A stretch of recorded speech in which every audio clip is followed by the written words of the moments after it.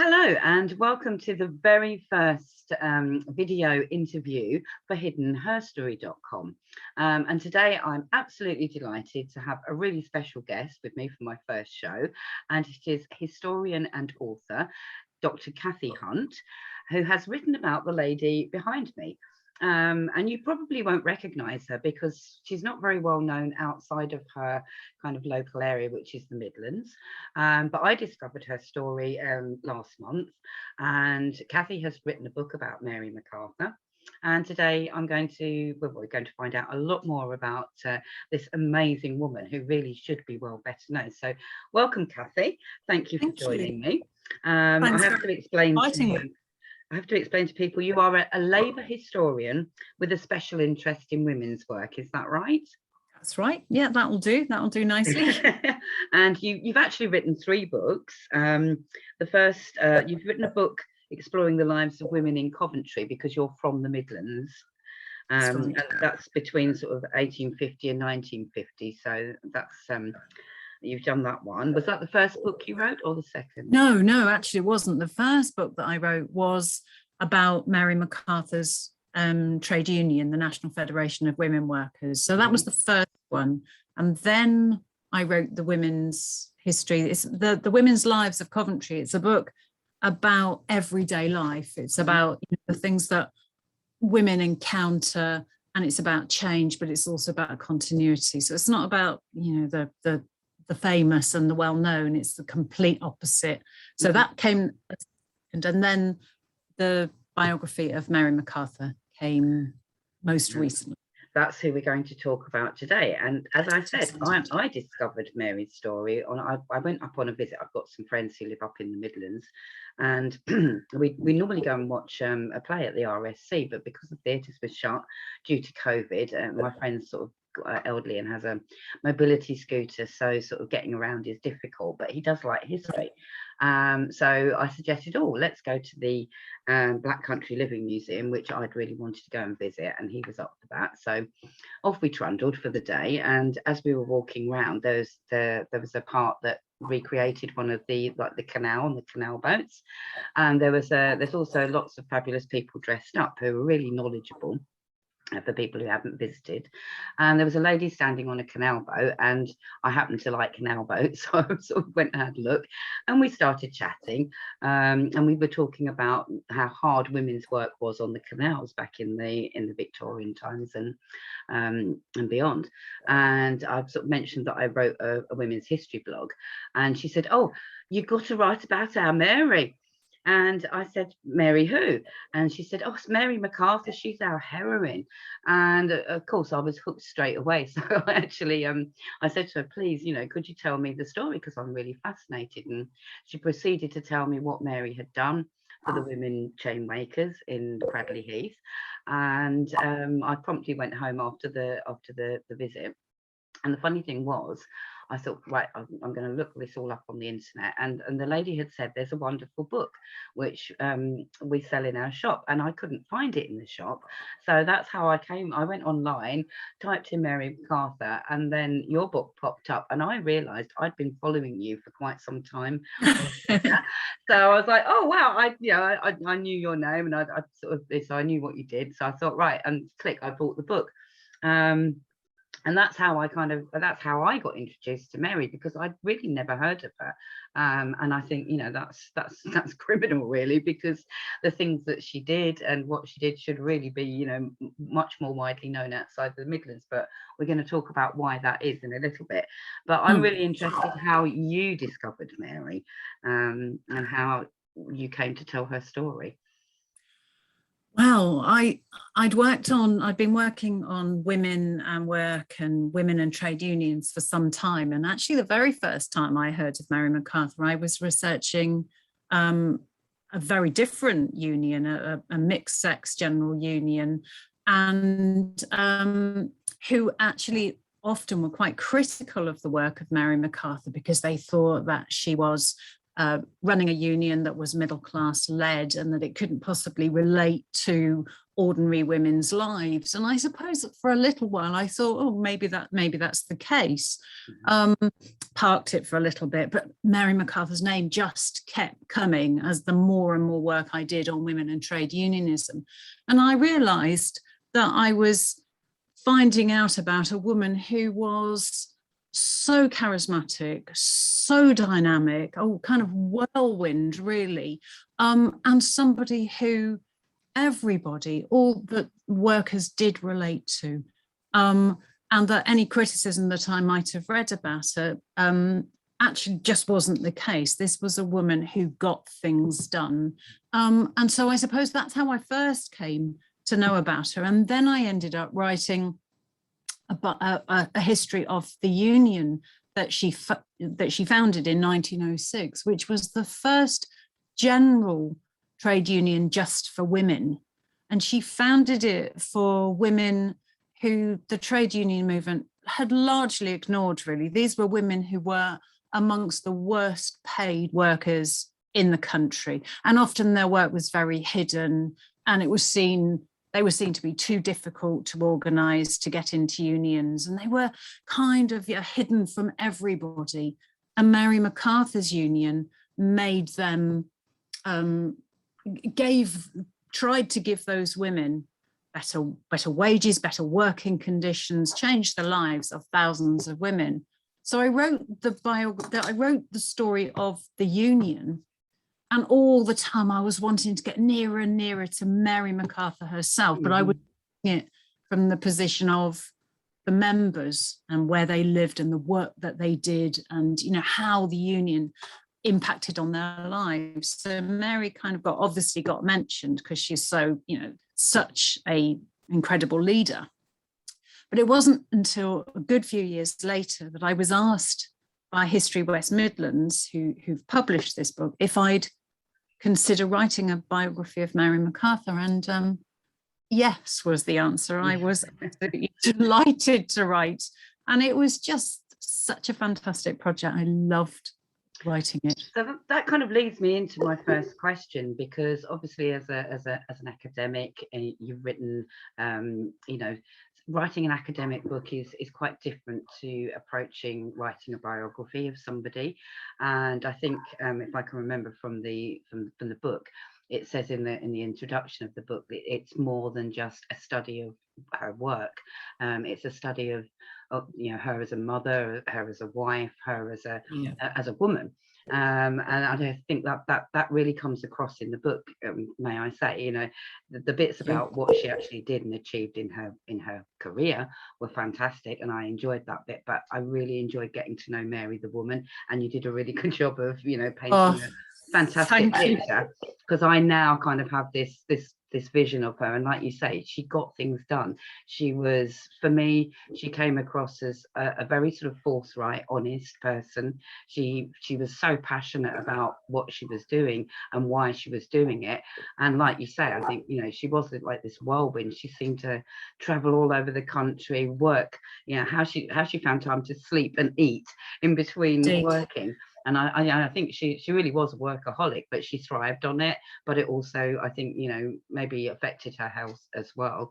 If you can't work at that pace, she was a tremendous workaholic. And I'd like to touch on maybe later on the bit about what you said about, you were looking for criticism, and there were some people that actually didn't get on with Mary and didn't agree with her, and and working with her because she was such a dynamic person might be difficult for some people. So we're going to touch on that a little bit later. But I was just interested in how you sort of went about researching the life of somebody to write about for a biography, because I think the last biography was written in 1925. Is that right? That is right. And that person, the biography by Mary Hamilton that was written just 4 years or so after Mary's death, had Mary Hamilton, who knew Mary McArthur and knew many of her contemporaries, had access to things that I didn't. Right. Access, it certainly, you can see from the biography, she had access to letters and diaries that have long disappeared. And so that was difficult, because when you've got a biography that, you know, that is there and that's kind of guiding you through it, to then look for things that you know in your own way is do it in your own way is very challenging. But I absolutely loved it. The thing I loved best, I mean, I used the TUC library in London quite a lot, and I got a lot of information, obviously, from writing the National Federation of Women Workers book previously. So I got that kind of chronology of events that she was involved in. To find out about Mary, I did really what Mary used to do, I suppose, and packed a suitcase and off I went. I loved that bit. I loved hearing about you know, the where you travelled. So please tell us a bit more about that. I just loved it. I mean, I really think that if you're going to try to walk in somebody else's shoes, you have to actually physically do it. You do. You have to be there. You have to go and feel that person in the space that they worked and grew up in. You do. You do. No matter how much the world has changed since, you can still there are still things that you can follow. So I went to Scotland, where she was born in 1880, and I spent days tramping around Glasgow. I visited where she went to school, where her family ran. Her father ran a draper's shop, and I visited. You know, I just kind of went everywhere, and I spoke to people. Not really so much about. I told them what I was doing if they were interested. You know, why did you need to come in this shop? And I just really enjoyed the fact that people were so enthusiastic about, oh, gosh, that's a really interesting story. But apart from the walking and the doing, it was a combination of finding documents. I was really lucky to talk to Mary Macarthur's family, particularly her grandson, who met on numerous occasions, who has been an enormous help. And it was really just pulling it all together, I suppose. Yes. I had, in order to find out who Mary was, that's how I had to do it. And I just did, like you say, you know, an academic work will tell you it's important, because it will tell you things that, you know, that I felt needed to be known about the significance of the union. But all the time I'm wanting to know, how did she tick? You know, what motivated her? Why did she do what she did? Why did she feel compelled to keep on with it when it was clearly exhausting work? And for a middle-class woman, did she have to do it? No, possibly not. She made choices, but, you know, thank goodness for us women, 100 years on, that she did make those choices. Absolutely. And in my day job, I do this blogging and all the history stuff and writing in my spare time, but in my day job I work part-time in a baker's, you know, and I'm on minimum wage, but it, you know, I thank Mary every day now, because I think, you know, she did something towards that. And it kind of leads me into the next question as well, because when I was reading about her family and her father owning a draper's shop, that was really interesting to me, because my great grandmother and my great grandfather, he owned a draper's shop in London, and my great grandmother, who I actually met very briefly when I was really young, and she was a terrifying tiny little woman, but she was a draper's apprentice, and she grew up in the family business, and then she had to go out and be apprenticed and live in a quite terrible sort of conditions, really, in a shop with 20 other girls sleeping in a large attic. And they started work at 6 in the morning, and their pay was like really dreadful. And I think the idea was she'd go and get this apprenticeship and then go and work in her father's shop until such times as she got married, and that was that. So I found that, reading about Mary starting work in her father's shop, I immediately sort of felt this connection and thought, yeah, I kind of really understand that, because I've done a lot of work. I know what a draper's shop is, and it sells kind of lots of additional things. They had lots of little like cupboards behind them, and the girls would work very hard in the shop as shop assistants, and the father would run the business, but the girls would be doing all the hard work with the customers. And whether you were the daughter or just an employee, if you got things wrong or you didn't treat a customer right, your father would tell you off, and you might get shocked. So I found that really interesting. And what I found interesting about Mary is, although she was the boss's daughter, she very quickly, once she started work, realized that she was on the side of the workers. She wasn't, even though she was the boss's daughter, she was already organizing and becoming involved in the union. And I kind of wondered how her father might have felt about that, and whether that sort of maybe caused any friction between them as she became more and more kind of politically aware and was fighting for the rights of the shop girls rather than the the managers. Did that cause any problems? Did you kind of find that when you were researching? I think that's a really interesting question. I think it did. Of course, in order to say that, I have to rely on the comments of people, who were writing at the time, like Mary Hamilton and one or two others, who said that, her dad was certainly conservative with a small c, and they were a middle-class family whose social activities seemed to revolve apparently around what the Primrose League, which was upheld, conservative principles and the empire and all these ideas.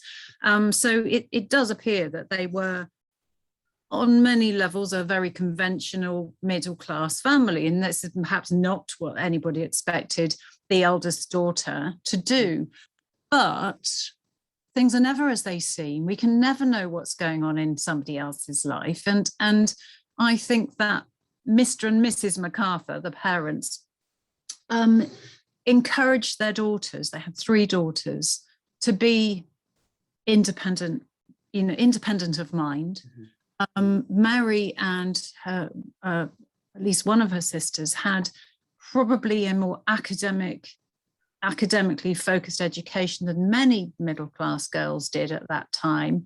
They went to a school run by the Glasgow School Board, and it gave Mary a sound education, and not just an education in learning how to be a young lady and how to get a husband. This was a decent education. And then after that, Mary went off to Germany for a year.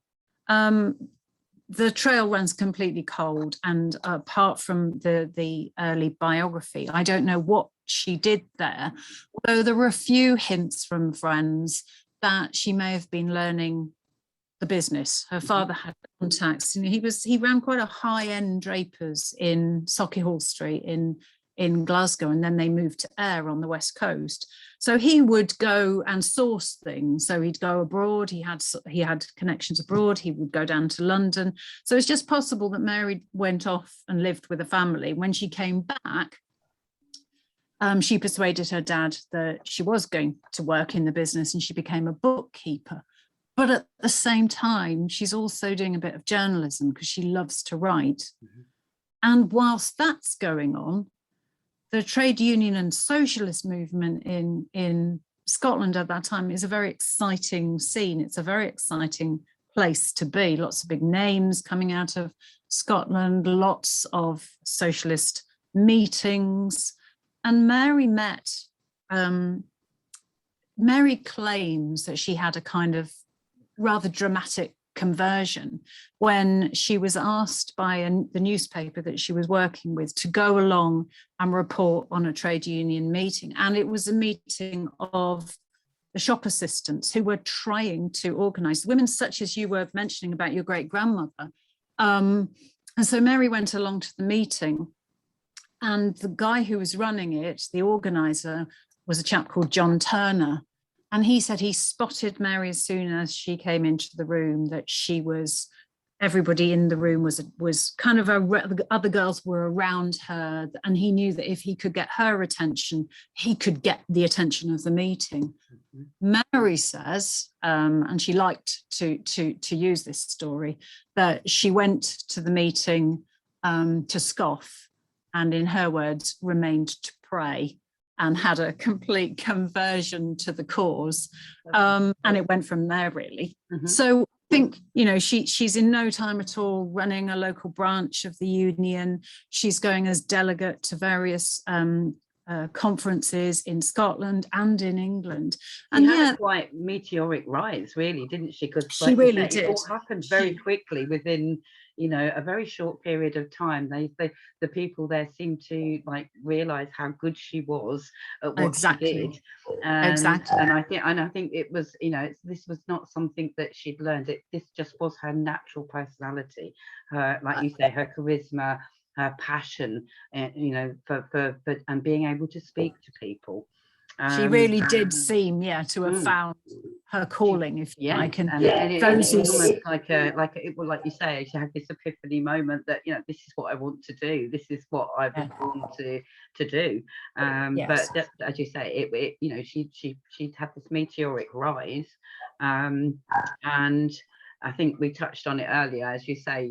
She was a very dynamic person, and I think when I was reading about all the things that she'd done, obviously, she was having to be confrontational to people a lot of the time, and it sort of surprised me. Obviously, you describe some of the different descriptions of her by people. I think there was one by President Roosevelt. She did meet some really big people, didn't she, in her career? Did, yeah. But there were some that she didn't get on with, I think, wasn't it? But was Emmeline Pankhurst was not her fan. I can't remember. There was a bit in the book. Sylvia Pankhurst, that's it. And so they had some clashes, and I think there were certainly some people that she didn't get on with, but like you say, you can't really criticize her, because a lot of the time, I found reading the book, if she was sort of if somebody came up with an idea and she thought it wouldn't work, she would tell them, and naturally 99% of the time she was right, wasn't she? But I just sort of imagined myself working with somebody like Mary, and in the past I have, and sometimes those people can be absolutely wonderful, but they can be difficult. So it would be interesting, I think, to have your take on could you have worked alongside Mary, and how would you have found her as a person to work with and a work colleague? Well, I think in the way that she when she had converted to this cause, and when she knew that Scotland was probably too small for her, and that London beckoned, and that she was going to go, and her family, that there might have been the hints of a rift, but I think they came to realize, they clearly did come to realize that there was no stopping this woman, and that she was good at what she did. And I think that was how she came across in life, that she was knowledgeable. She never talked without knowing what she was talking about. She made it absolute. When she went down to London and she became the secretary of the Women's Trade Union League, which was in 1903, when she's only 23 years old, which is kind of like a women's TUC. She then is looking into conditions in various trades for women. So I think the fact that she gathered knowledge and used that knowledge impressed people. It was very hard, it's very hard to criticize somebody if they've got the facts, they understand. And it was very easy to misunderstand the conditions that women were working under. Now, she knew that women would be easily intimidated by employers. She knew that women were victimized. So that's why she encouraged them to stick together, to work together. And she used to tell that wonderful story about the bundle of sticks. sticks, which was, she was a very good storyteller, and her bundle of sticks story was that an employer can always pick off and snap basically a single twig. But if there's a bundle, if you combine, if you stick together, then it's much, much harder to break that spirit. And and that's how that's how she sold the idea, or tried to sell the idea. And it's a great metaphor, isn't it? And Yeah, it's wonderful. one that women from working class but would understand, and it's a really good visual one, and it's kind of leads me on to my sort of next question, actually, although you hadn't answered the one about would you be able to work with her, but maybe we'll come back to that. Okay, well, I can answer it now if you like. Okay, let's answer that now, and then I'll go on to my next question, because that did lead in quite nicely. I think it's not a question I've ever been asked before, to be honest.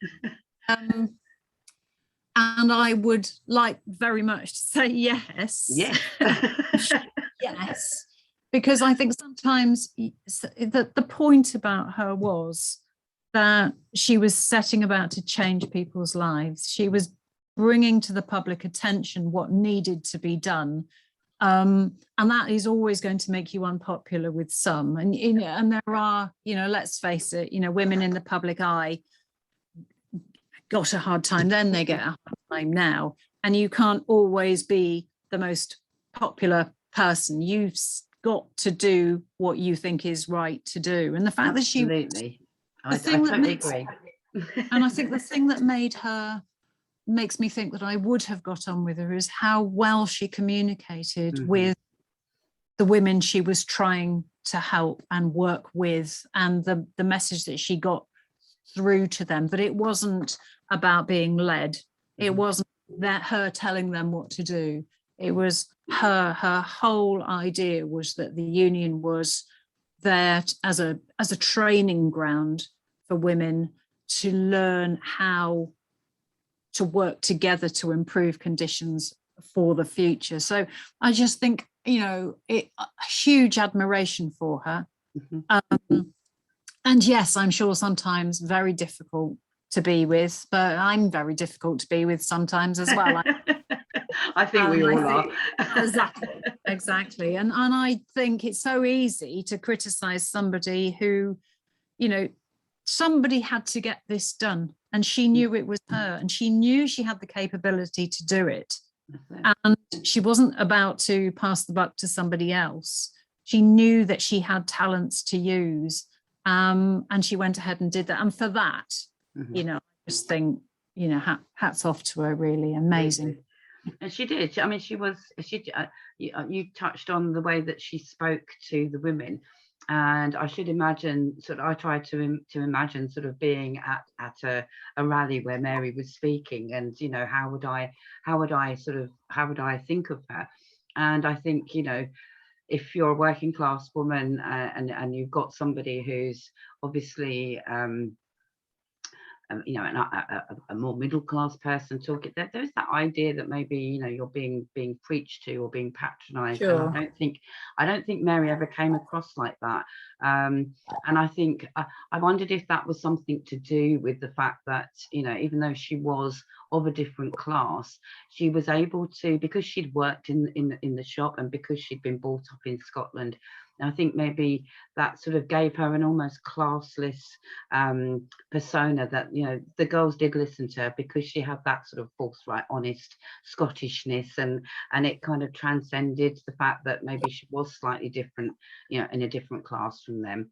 I agree with that. And she was able to sort of tap into the emotional side of it as well, and she could emote and but tell people that if you join a union, this is what it will help you, and like you say, using those metaphors that these women, and I actually saw some of the chain making places, they were awful places to work in the Black Country Museum. There was an example of a sort of a forge, and I sort of imagined these poor women working there, and obviously they probably wouldn't have, they wouldn't have had much of an education.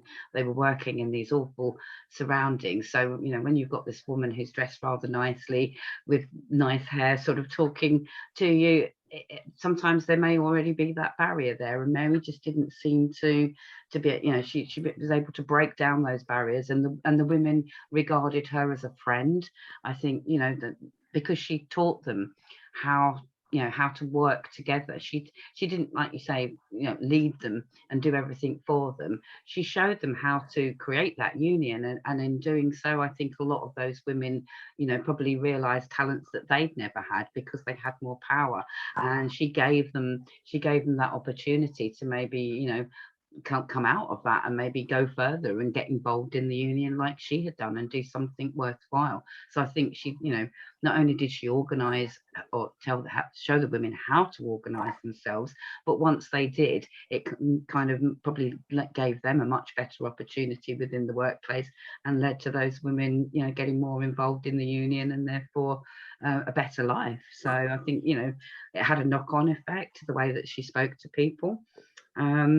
I think she respected women, you know, yes. she and you mentioned the barrier that may have been there when you've got a middle class woman in nice frocks standing in you. But I think that the fact that she took the women seriously, noticed the women, and let's face it, you know, they were pretty well ignored. These doing jobs that nobody really cared about, you know, behind the scenes jobs, like you say, chain making, working in laundries, making garments, sometimes working in their own homes, all very hidden from the public view. And Mary took them seriously, gave them respect. And I think that kind of goes a long way to break down a barrier. I think also you mentioned her Scottishness. I think her accent may have helped. You know, there was no, because you know, because in certainly on some levels that was a kind of you know, she apparently had a wonderful voice, lovely to listen to her, but there wasn't the sense of listening to somebody, you know, posh, if you like, who, you know, that created that extra barrier. I think somehow she just had it. She just knew, and that, you know, and that was a real gift, I think. And I also think, like, obviously she was good at speaking to the women and rallying them together and getting them to do things. But I also there was a couple of things that were stories in the book about where she actually had to confront some of the male, like, bosses and male union people, and she really didn't pull any punches, did she, with some of them? You know, she was more than able to stand her ground and make some very intelligent contradictions to some very sort of important men, and it didn't seem to phase her at all. So she could, you know, she could be one day she would be there, you know, talking to these women and you know, working with them, and then the next day she'll be challenging, you know, with a man, and she could do all of that and talk to everybody on every different level, male, female, you know, different classes, and she just seemed to be able to have that ability to, as you say, get things done, tell the truth, and motivate people, which is an amazing talent. Do you think she had are there any other sort of talents that you think made her a really good trade unionist? Can you think of anything else that, you know, obviously it takes a lot, you know, she had a lot of different skills, but which ones would you say that helped her the most in her career? I think the most important one was her ability to communicate. As we've said, and I think but I think as well as that, energy to get things done, and not until they were done. The need to draw attention to the issues that were so neglected. So she was well supported within the trade union and socialist movement. So she knew the right people. So she'd got people, you know, around her, behind her. But I think another talent was also to draw some very good people around her. so that she wasn't on her own. It wasn't just the Mary Macarthur show. I mean, she was she was her who founded the union, but she made it clear from the beginning that this was something that needed to be done collectively. So she had a really good team of organisers, and I think, and they helped certainly in Cradley Heath, in the Chainmakers strike, good organisers on the ground who understood even more than she did, perhaps, what was going on, the lives that the women were facing. So yeah, just the whole, and also I mentioned at the beginning that the talent of making sure that she was always well prepared, that she didn't go into anything that might, because if you didn't have the knowledge and you went into a negotiation with a boss and you got it wrong, you could actually end up damaging the women's situation and position. So just always careful preparation, endless drive, determination, and just fearlessness. Or so it seemed. So it seemed. We never really know, do we? We don't know what was going through her mind when she stepped to a platform. I can't imagine Mary being scared or worried about anything, but I'm sure, like all of us, she was human, but she was just able to cover it and wear this mask of confidence, even though perhaps she didn't feel confident. But we all do that, but she was a very consummate person of being able to appear confident even if she wasn't. It had to start somewhere, didn't it? I mean, absolutely. Where did she, the fact that she was clearly, as we've said, very very charismatic person, but she taught herself. She made sure that she was, she knew what she was saying to people. So she was measured as well as emotional and highly driven. It was she had what was needed, I think, to make her such a good standout trade union. So I'd like, we've touched on Mary's work, and obviously if people are really interested in what she did, they can go and buy the book, because we've only got like an hour to sort of discuss things. So I'd like to sort of tie up this little section and then go on to talk about Mary the wife, Mary the mother, and her sort of personal life, but just to sort of tie up this section on her work and her achievements. And we do have to bear in mind that she only lived for 40 years, so everything she did was actually kind of almost condensed into half a lifetime rather than a lifetime. And she achieved so much with forming the unions and everything she did. And it does make me wonder why. I'm wondering why haven't I heard of her? Why isn't there, why isn't she as well known as like Florence Nightingale or Elizabeth Fry, these people who really did make changes. And I struggle to understand why she isn't quite as well known as some of these other ladies. But she is in the Midlands. I mean, in the Midlands, everybody knows of Mary Macarthur, but in London, or elsewhere, I just feel she ought to be better known. And I wondered, what obviously your book's going to bring her name forward, but why do you think that she isn't sort of such a national figure? I think there are three possible reasons. I think one is the very nature of the work that she did. That I've mentioned that she was championing the cause of women whose work was not valued by society, was women on the lowest wages, women working in the worst of conditions, and society wasn't interested. Sadly, society is probably not as interested even now as it should be to jobs that are being done.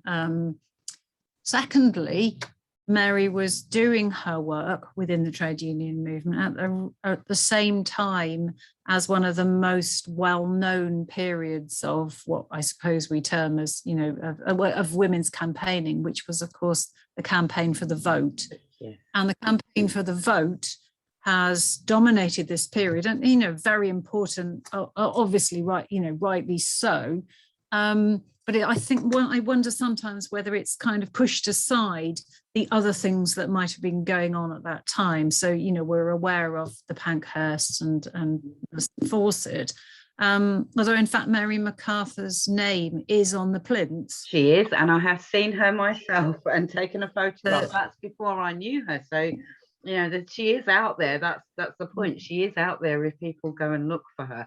And quite rightly, you said she was involved in the suffrage campaigns as well. It's, you know, but not many people would know of her even through that unless they actually go and see the statue in Parliament Square. So this is the statue of Millicent Fawcett. Yes.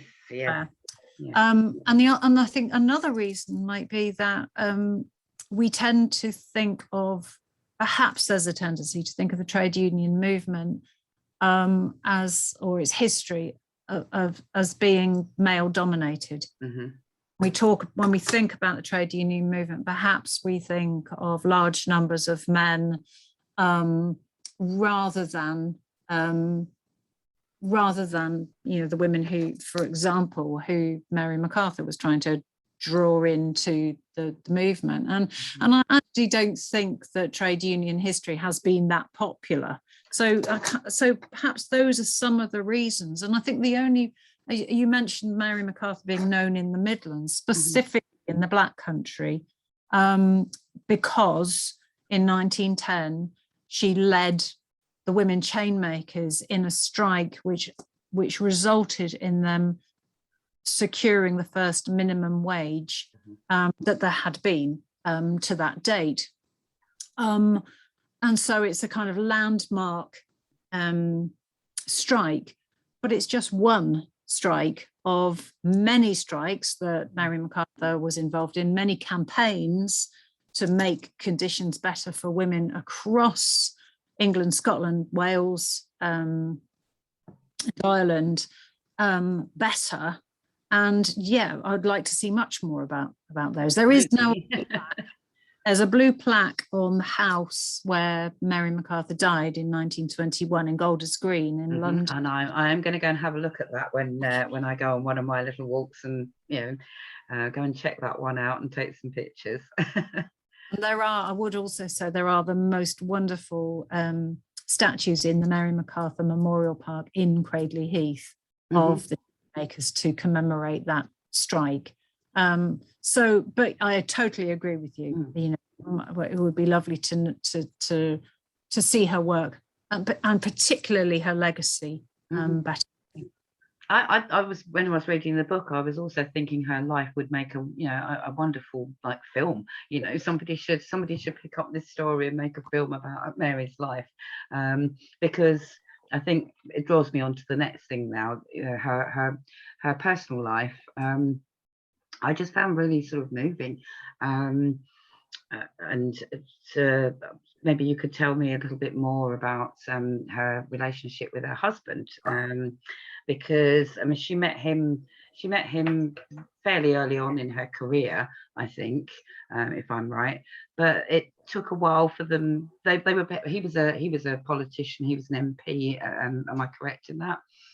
So he was leading a very busy life, and so was she. And it seemed like their work kind of prevented them from getting together. They seemed to have, you know, they met, they knew of each other, but you know, the time between meeting and getting married, there was quite a long period of years, wasn't there, before they actually sort of got together. Yes. And they were the ultimate power couple, really, weren't they, Mary and William? They were destined. They were certainly destined for even greater things.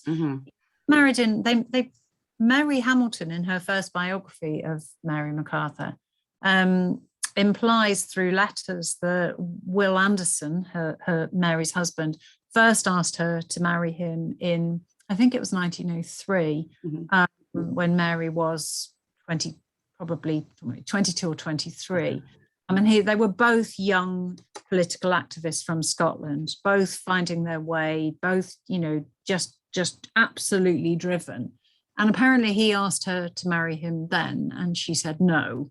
Now, I have no further evidence for this, but they marry in 1911, and they've clearly, you know, stayed in touch more over the years, and have been a great support to each other, as you say, both still, very heavily involved in the socialist movement, in the trade union movement.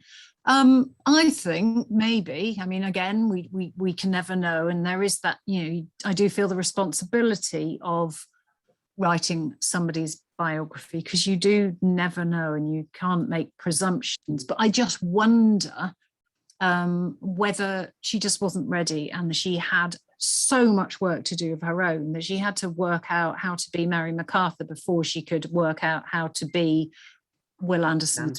Yes. But when they did marry, they had a partnership that was often commented on by their friends. It was, they supported each other in their political campaigns. As you say, he became an MP, a Labour MP for Sheffield. And in 1918, when they were both standing as candidates for the Labour Party, just after the first election after the First World War, they were very much supporting each other's campaigns. Mary was standing near to where the chainmaker strike had taken place, in fact in Stourbridge, and Will was campaigning in Sheffield, and they both lost their campaigns. And Mary was apparently more upset with the fact that Will had lost his than she was about her own. They were a very close and very supportive couple, and I think both supported each other in their different, probably, and maybe he was there to help when things got difficult for her, when she was when she was frustrated by her work. It clearly was a very loving relationship. It was. I think that came across really, really well. They both supported one another in everything they did. But there was one bit of the book, and I believe at one point, they were living above the trade union office, or they were basically living above where they worked. And they had people dropping in at 11 o'clock in the evening. They, if something cropped up, they would have to go and deal with it. And I was just trying to imagine, this sort of really dynamic couple who how did they, I just kind of thought, their relationship must have been so strong, because they didn't have time to themselves. It seemed that work was all encompassing, and I just sort of wondered, they must have just snatched those little private moments for themselves when they could, in between working. And yes. I think a lot of husbands, back in the day, then would not have tolerated that if their wives were working. And I think it just makes Will, I kind of fell in love a little bit with Will, because he was so ahead of his time. He really was. He wanted his wife to work, to be successful, and he was prepared to support her, and all the way, which not a lot of Victorian and Edwardian men, that wasn't the attitude at the time. No. And I just thought he was such a modern man, and I did often like him a lot. Often for women in trying to do the sorts of jobs that Mary did, would make a choice between staying single or and doing their work, or getting married. And I think I mentioned in the book about the kind of feelings there were when amongst some in the Labour movement, when a woman who obviously had massive talent for her work was lost to marriage, I think was the feeling, like, and that so Mary carried on working, and she carried on working when she was a mother. Yes, that was the bit that really, I was sort of reading that last week, and I was really sort of moved about. I think that they lost their first child. The child was stillborn. That's right. I just couldn't, I just really felt for poor Mary at that point, and and then she went on to have another child, a daughter.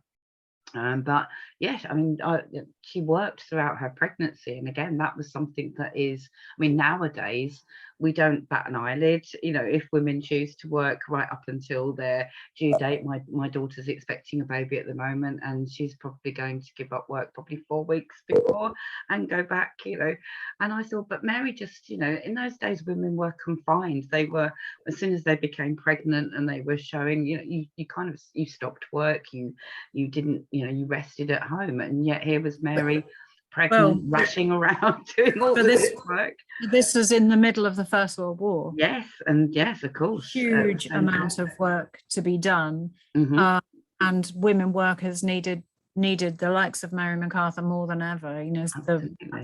She was a shining example, really, wasn't she? To all of those women, and the fact that everything she did.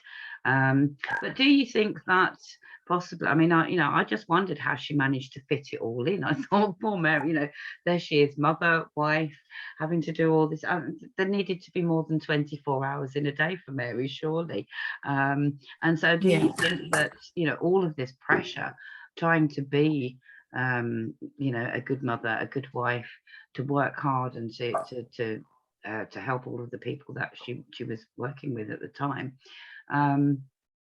do you think that did take a strain on her health, because she did have some health problems? And I just wondered, to me it had to in some way, but I don't think it affected her. I mean, she was a fantastic mother, from what I read. So I don't think her work affected her ability to be a good mother. But I wondered whether all of that actually took a strain on her health, and she's kind of absorbed everything, and it manifested itself in her health problems. Would you agree or disagree with that? Again, I think it's very difficult to know. We never know for sure. And what she died of ovarian cancer in 1921. So coming back from that, in order to, how you asked, how did she cope, and did it take? I'm sure it did, and she must have been exhausted a lot of the time. She must have been, but she did have a very good support around her, some friends who clearly adored her, because when people were heartbroken when Mary McArthur died, not only because she was such a loss to the Labour movement, but because it was a personal loss. So she was well supported by colleagues around her, but she'd also endured a lot of shock over the years leading up to her death. So as you rightly say, they'd lost a baby in 1913. Then they had Nancy, their little girl, in 1916, and then this is in the midst of war. And then it looks like after the war, that she's going to move in a new direction, that she's been adopted as a candidate by the Labour Party in Stourbridge. She would, is clearly destined for, maybe not to abandon the trade union movement, but to expand her work into parliamentary politics. And in 1919, Will Anderson died very suddenly and very tragically during the Spanish flu pandemic. And Mary was utterly devastated by this, utterly devastated. They were a close unit. They'd got their little girl. Everything looked like it was going to be, wonderful and exciting for them. People were talking about Will as a potential future prime minister, leader of the Labour Party. None of it was to be. And Mary's response to losing Will was to throw herself into even more work. She went off to America to do a lecture tour. She took Nancy with her. She just kept working. And she's working even through her diagnosis of cancer, which came in the beginning of 1920.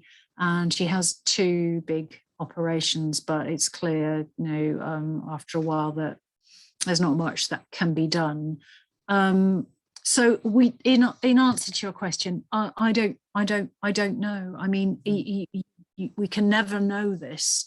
The way that Mary had lived her life, you could equally say that she was clearly a doer. She was clearly full of energy and life.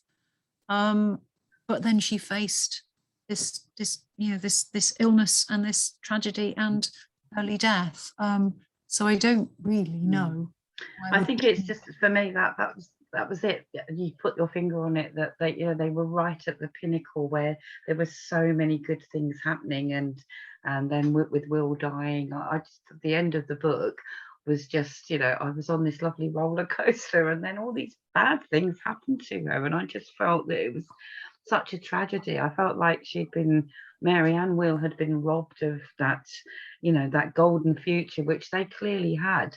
Now, what I want to do is sort of thank you for your time, Cathy. It's been amazing today, and I'm sure we're going to have you back for a second chat about Mary. But I think the last sort of, just before we just chat about the book, or plug the book for you, my sort of last question would be, do you think, had things been different, do you think that she would, because I could sort of see Mary, becoming an MP, possibly, going into politics and being, amazing at it.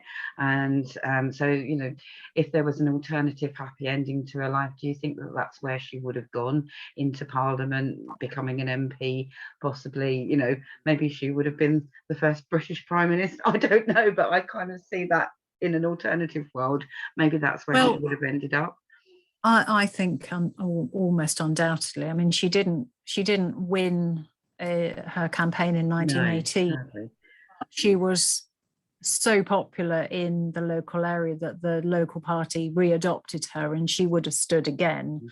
A very dear friend, Margaret Bonfield, who was one of the women who first discovered Mary within the Shop Assistants Union, went on, always worked with Mary, worked for the National Federation of Women Workers, went on to become one of the first 3 women Labour MPs in 1923. And then Margaret Bonfield went on to become the country's first woman cabinet minister. So Margaret Bonfield always said, although Mary, she'd been the one to kind of first meet Mary when she was already a trade unionist and Mary wasn't, but she said, it was clear that she was in the company of a born leader. So if Margaret Bonfield, who achieved all that, said that, then I have little doubt that Mary would have gone on to the greatest of things. But I think that's kind of a negative way to end, really. I think we should really celebrate everything. We should celebrate what she did, exactly, did in her life and her legacy. First, she and we need Mary Mcarthur's today. We still do, and I think that's. But there are so many women left with that. We don't have women like her. There has been a few, but we could really do with Mary right now. There's a lot of women's issues and work issues which are still, we're still having to fight, and we don't seem to have. We need that voice like Mary to rally people together again, especially in difficult times. I think she would be, she was amazing at doing that. So but we do have some great but we do have some great women. We do in the trade union movement, and we've got leaders within the trade union movement, and we've got a woman at the helm of the TUC. So all of which I think is part of the legacy, and I think Mcarthur would be delighted to see that today. So yeah. Fantastic. Well, I've got your copy of your book here. I'm going to hold that up. This is the book, Righting the Wrongs by Cathy Hunt. So if you've enjoyed the chat today, please go and buy that, Cathy. Where can readers go and buy your book? Well, it was published by History West Midlands, and they have copies. They have a website, which I think you're going to put a link up to, which is where you got yours. So that's probably the best thing. You can get in touch with me. I've got copies as well. But I would probably direct you first to History West Midlands to get your copy of the book, and I hope you enjoy it. And there is, on our Hidden Her Stories site, we do now have a link section on the website, and if you click on authors and writers, Cathy is on there. Cathy's website link is on there as well. And if you've enjoyed the conversation today, please do go and have a look at Cathy's website, because there's some interesting videos. I think you mentioned Mary Macarthur's grandson, and I think there's a video on there of him talking about Mary, and also one of the chain makers, an ancestor of the chain makers. So there's some interesting videos, there's some interesting audio files on there as well, where you're talking about Mary. So if you have enjoyed the chat today, do go and check out. Your website address is cathyhunthistorian.co.uk, is that right? Yes, that's right. Well, it's there on Hidden Her Stories. You can follow Cathy on Twitter as well, and on Facebook. So Cathy, thank you so much for talking to us about Mary. She's looking down on us now and saying thank you, I think, for telling her story today.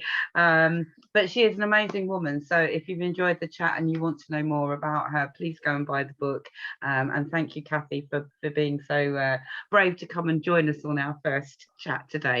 I'm sure we're going to have you back to talk about your other books. So you know, it's been lovely to have you, and thank you for bringing Mary's story to a wider audience. Thank you very much. Thank you. Hopefully we'll speak to you again very soon. Okay, thank you. Bye.